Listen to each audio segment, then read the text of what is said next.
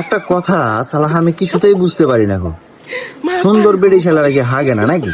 হ্যাঁ শালা এই কথাটা খালি আমার মাথার মধ্যে ঘুরতেই থাকে মানে আমি বুঝতে পারি না আসলে বিষয়টা কি।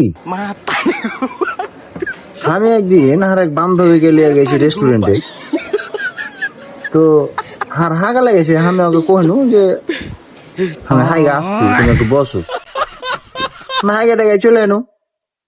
এদিকে খানিক পর আইসে টেসে ওই হাগে কইছে তুমি বসো, আমি একটু ফেসে আসছি ওয়াশরুম থেকে। আমি তাহলে ঠিক আছে যাও। তো মেলা খন হে বাড়া আসার নাম কথা নাই হোক। আমি কইতে দেখি তো ছড়ি কি করছো, মুখ ধুইতে যে এতক্ষণ লাগে, যা দেখছি যে ও পায়খানা থেকে বাড়াইছে, পায়খানা থেকে বাড়াইছে। ও তো আগে কইলে যে ফ্রেশ হইতে গেল। হারা তো সাধারণত হারা কহি যে হারা হাগা লাগলে হাইগা আসছি, তো ওরা তো হাগার কথা কয় না, তাহলে ওরা কি হাগে না? তোমার জানা থাকলে একটু আমাকে কমেন্টে জানাও তো।